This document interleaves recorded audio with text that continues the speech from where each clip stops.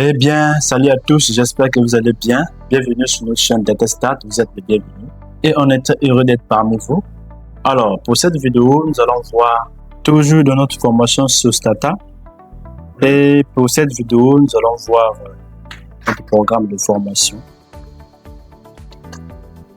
Pour cette vidéo, nous allons donc étudier les éléments de base des Stata, notamment comment enregistrer un fichier DO,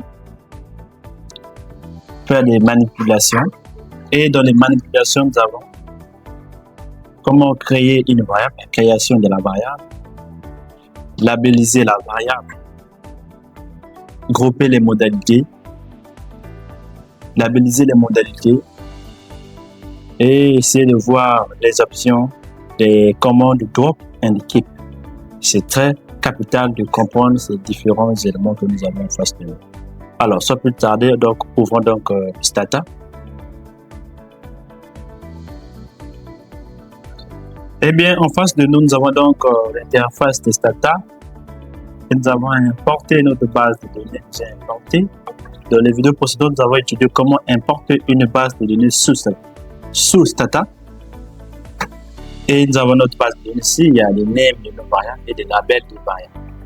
Alors, donc nous allons donc voir le premier élément d'enregistrer un fichier DO file. Pourquoi on enregistre un fichier DO file? Le fichier DO file nous permet d'enregistrer en fait les codes que nous avons exécutés sous Stata. Ça te permettra prochainement, au lieu de répéter les mêmes choses, pour seulement ouvrir ce même fichier et exécuter, changer juste peut-être des variables et exécuter le même travail. C'est pourquoi il faut toujours sauvegarder, enregistrer en fait vos fichiers DO, un fichier DO file. Donc pour enregistrer un fichier DO file, vous venez dans tel qu'ici en anglais, New DO file. Vous pouvez voir New DO file. Vous cliquez là, ça nous sort un fichier DO file. Ok, vous pouvez déjà écrire les codes, ainsi de suite. Mais je vous demande d'abord d'enregistrer parce qu'il peut arriver que l'ordinateur peut péter, il y a des ordinateurs dont il n'y a plus d'autonomie.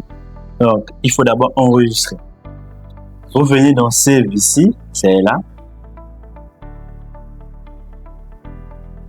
Patientez. Alors, vous cherchez le dossier là où vous allez loger votre DO file. Vous cherchez le dossier. Moi, je viens ici dans formation Stata et je viens dans exercice et je mets ça dehors aussi. Je peux dire, je peux écrire Tito. Et j'enregistre. Je connais le raccourci formation Stata, exercice, c'est là que j'ai logé. Tout ça et le nom change, ça devient Tito DO. Voici mon fichier. Ok. Et je reviens dans ma base de données. J'ai ma base de données ici. Le fichier DO a été déjà enregistré. Le fichier DO a été déjà enregistré dans votre raccourci. Alors, il reste donc à faire des manipulations. Dans des manipulations, qu'est-ce qu'on va voir? Notre base de données qui est là, on va voir comment créer une variable. Ok? Création de la variable. Bon, nous allons créer une variable sexe. On peut voir notre base de données ici. C'est là qu'on peut voir, visualiser la base de données. C'est là, la variable âge est là. Je vais créer une variable âge qui s'appelle tranche d'âge. Ok? Alors, dans ces variables, qu'est-ce qui se passe? Je vais donc grouper mes modalités. Donc, pour créer une variable, on utilise en Stata une commande. Et la commande s'appelle generate. Ok, je peux fermer ici. Generate. Je reviens dans mon DO file qui est là. Si vous voulez écrire des commentaires, vous mettez des barres comme ceci, ou bien étoiles. Ce sont des commentaires J'ai dit création de la variable.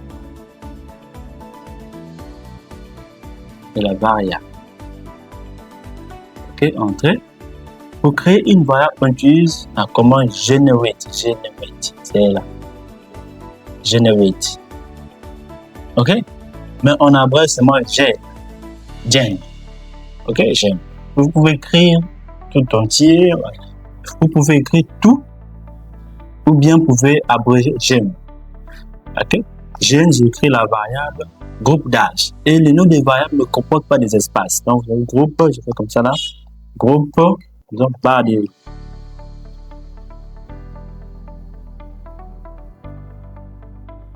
un barre de 8. Âge. Groupe d'âge égale à notre variable âge. Il faut voir comment notre variable se présente. Il faut écrire ce qu'on voit âge. Âge, comme ça.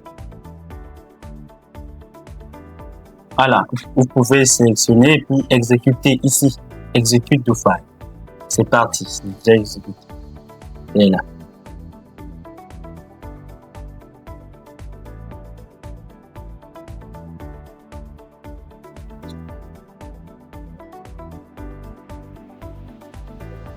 Et la variable a été créée. La variable est la groupe âge. Ok?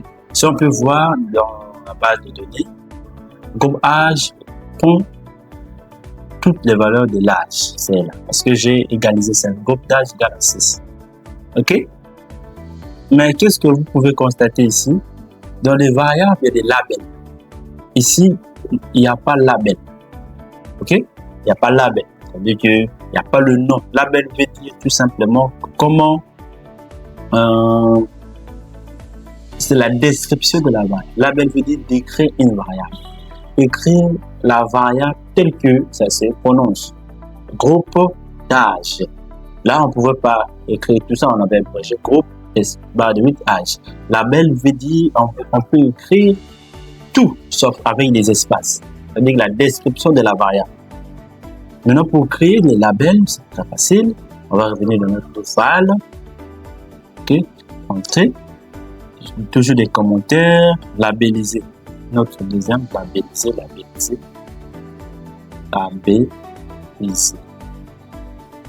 Labelliser la variable.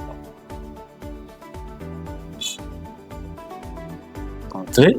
Pour labelliser la variable, on utilise la commande labvar.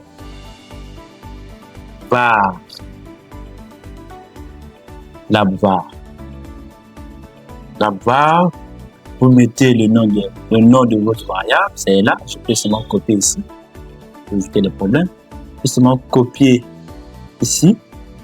CTRL-C, je mets labvar. CTRL-V. Ok, je mets les apostrophes. Les apostrophes. Oh.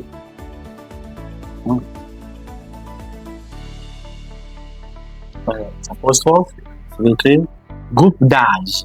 Là, maintenant, je peux écrire groupe espace d'âge. Groupe d'âge. Ok, vous comprenez, groupe d'âge. Ici, je ne pourrais pas écrire ça comme ça parce que les noms des variables ne comportent pas des espaces. Alors, au niveau des labels, vous pouvez mettre les espaces et écrire votre variable. Ce que ça signifie. Ok, groupe d'âge. Donc, je peux sélectionner ici, puis exécuter. On peut exécuter. Je viens au niveau de ma base de données. Vous voir ici, là, groupe d'âge. La variable a été créée. OK? Alors, l'autre élément, c'est quoi? L'autre élément, il faut voir comment on peut maintenant grouper, faire le groupement des modalités. Ok, on va revenir sur le file, entrée, modéliser, grouper.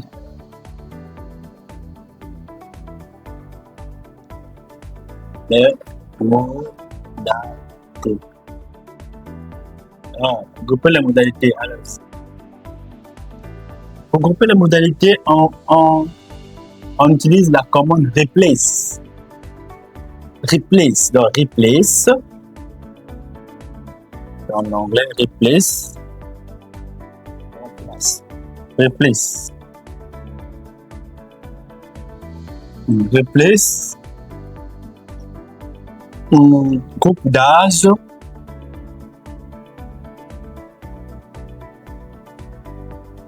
Plus groupe d'âge, c'est là. Égal à 1. OK? If, si, OK? Groupe d'âge, CTRL V, j'avais déjà gardé ça au moment, CTRL V, inférieur à 18. OK? Entrée. Replace, je m'absorge. Replace, c'est là, ça. Replace. Groupe d'âge égal à 2 if groupe d'âge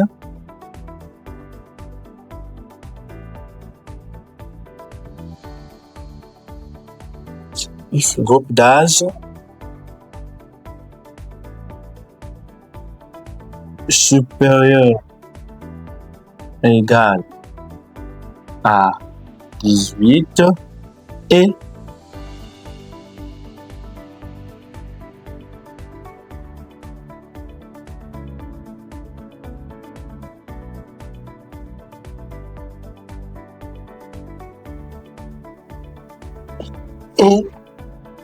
groupe d'âge, c'est bon, on peut faire inférieur à 25, inférieur à 25. Replace, on va créer 3 groupes. Replace.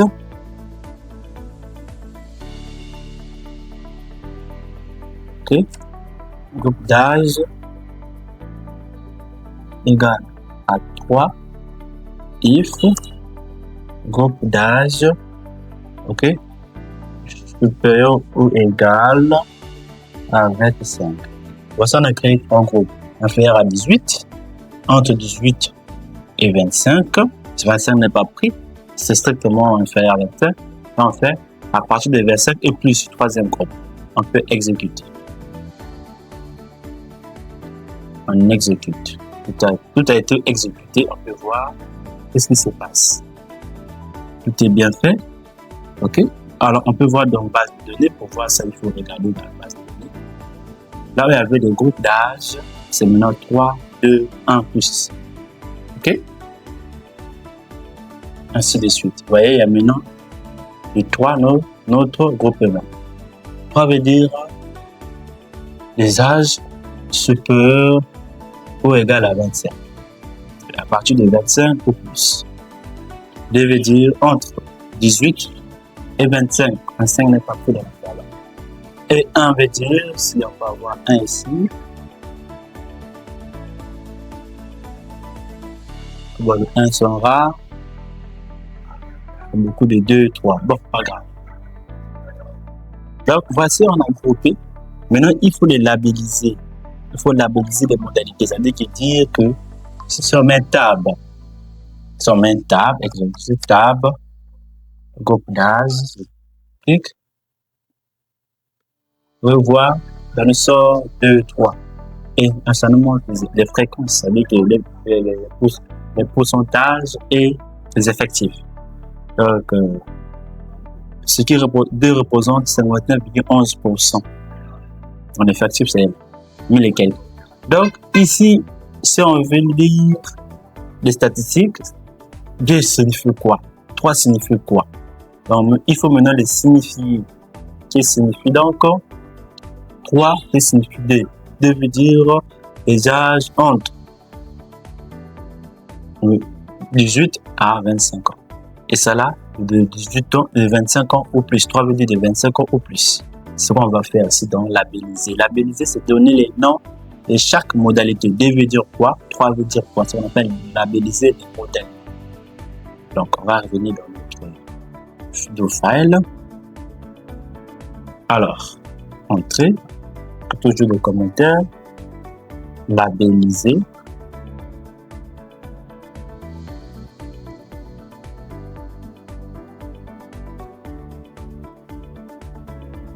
Labelliser les modèles.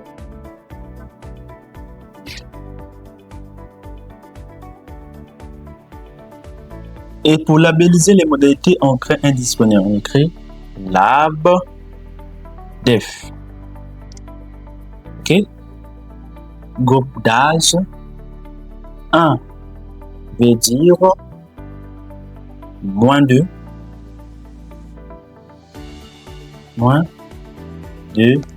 18 ans. Enferme. OK? 2 veut dire, espace 2 veut dire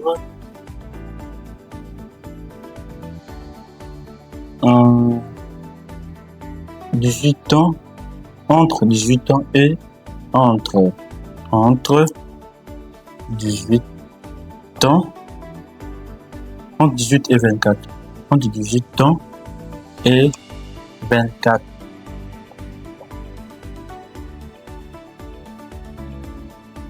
Enfin, 3 veut dire 25 ans au plus. 25 ans.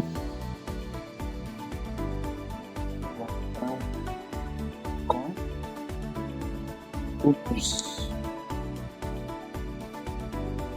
Au plus.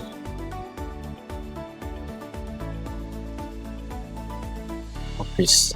OK?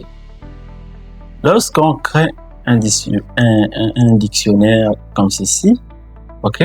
On crée une définition. Il faut maintenant associer, OK? Associer ces correspondances. 1 avec moins de 18 ans, 2 avec vous allez écrire maintenant lab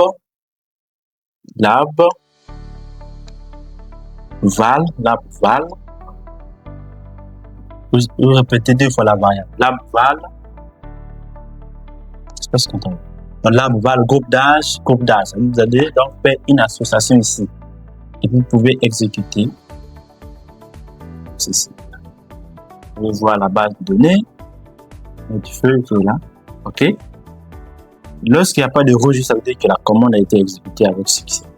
Donc, pour faire encore tab, vous pouvez voir tab, groupe d'âge. Quand on entre, vous pouvez voir entre. Vous pouvez voir maintenant là, nous avons la signification, la labellisation de nos modalités. 2 veut dire entre 18 ans et donc les personnes âgées de 18 ans à 24 ans, dans cette tranche d'âge, sont au nombre de 1447, qui représente 59,11%. Là, maintenant, on peut donner des interprétations avec cohérence. Voici ce qui concerne la labellisation des modalités. Donc, c'était un simple jeu comme ça. Vous pouvez voir dans code book, vous pouvez voir code book, vous pouvez code book, et la variable ici entrée. Attendez, parce que voilà.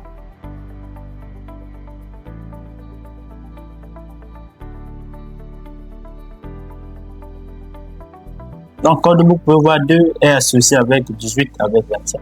3 te donne en fait les correspondances. 2 c'est ça, 3 c'est ça. OK? Alors, et le tout dernier point de notre vidéo, de notre objectif de cette vidéo, c'est de voir l'option drop et l'option keep. L'option drop et l'option keep sont utilisées dans le même but. C'est pour pouvoir travailler avec des variables d'intérêt. Ici, nous avons plusieurs variables. Et pas arriver qu'on vous donne quelques variables à utiliser, n'est-ce pas? Quelques variables à utiliser. Donc, du coup, vous pouvez supprimer d'autres variables et rester avec vos variables. D'où vous aurez besoin des 2 commandes. Drop and keep. Soit keep, vous allez utiliser drop. Mais ça dépend des objectifs. C'est le nombre de variables à étudier sont nombreuses par rapport à la base de données, vous allez utiliser l'option drop. Mais aussi, le nombre de variables sont peu nombreuses par rapport à la base de données, vous allez utiliser l'option drop. Ça veut dire quoi? Par exemple, on me demande ici de travailler avec la variable, 3 variables. A4, la variable tranche d'âge que je viens de créer, et la variable sexe. Qu'est-ce que j'ai fait? Je peux prendre variable parmi mes variables. Donc, j'ai peu de variables. Donc, je vais utiliser l'onglet keep. Mais avant d'utiliser keep et drop, il faut d'abord utiliser l'option préserve. Il faut d'abord préserver la base. C'est-à-dire que sauvegarder votre base, vous pouvez commettre des erreurs, vous pouvez revenir. Donc, vous allez préserver. Vous devez garder votre base. Et vous pouvez encore répéter votre base. Par exemple, préserve. Préserve. OK? Préserve et rentrer. OK? Et je mets dropped. Exemple, drop. Ou bien kept. Je mets seulement kept. Kept veut dire garder. Kept. Je garde la variable. Groupe d'âge. La variable A4. La variable sexe. Vous voyez? Et ceci, j'exécute. Vous voyez que ça me reste que 3 variables. Maintenant, si j'ai mal saisi mais les variables que j'ai communément, ce n'étaient pas les variables dont je voulais travailler, j'ai déjà supprimé et les autres variables sont parties. Comme j'avais fait réserve, vous pouvez revenir, vous pouvez dire restore, vous pouvez restaurer votre base. Restore, vous dites restore. Votre base revient. C'est là, votre base revient. Elle. OK? Donc, il faut toujours préserver avant d'utiliser les commandes drop et keep. Donc, je préserve encore préserve. Préserve. Entrée. C'est bon. Je préserve ma base de données. Bon, on me demande de travailler avec 3 variables. J'ai 3 variables, donc il y a peu de variables. Donc, on utilise keep. Mais si on a beaucoup de variables, on dit de travailler avec peut-être toutes les variables sauf la variable. Les 3 variables A4, A6 et A6-4. OK? Donc, je mets drop. Je le supprime. Drop. Je supprime cette variable A4. Je supprime la variable A6. OK? Et je supprime la variable A5. Ou bien A14. Si on me donne. Par exemple, je vous montre ça. Et entrée. Voici les variables que j'ai là dans la sortie. Vous pouvez voir là où il y a la souris. A4, ça a été droppé, ça a été supprimé. Donc, c'est ça, en fait, l'option drop et l'option comme ça vous permet, en fait, de travailler avec des variables d'intérêt, de supprimer d'autres variables et de rester avec vos propres variables. Et avant de le faire, il faut d'abord préserver vos variables. Avant de le faire, vous devez d'abord préserver la base de données. Sauvegardez votre base de données. Après, vous allez faire travailler pour restaurer la base de données. J'ai fini de travailler, de faire des indicateurs, des statistiques, ainsi de suite. Avant de sortir, je viens restore ma base, restore, entrer, c'est fini. Et toutes mes variables sont là. Et c'est tout pour cette vidéo. Merci de m'avoir suivi jusqu'à la fin. N'hésitez pas à déposer toutes vos questions. D'ailleurs, vous aurez cette base de données dans la description de cette vidéo pour que vous puissiez faire les mêmes choses. Alors, pour ne pas manquer nos prochaines vidéos, abonnez-vous à la chaîne. Et on se retrouve à la prochaine pour voir les statistiques descriptives. Merci.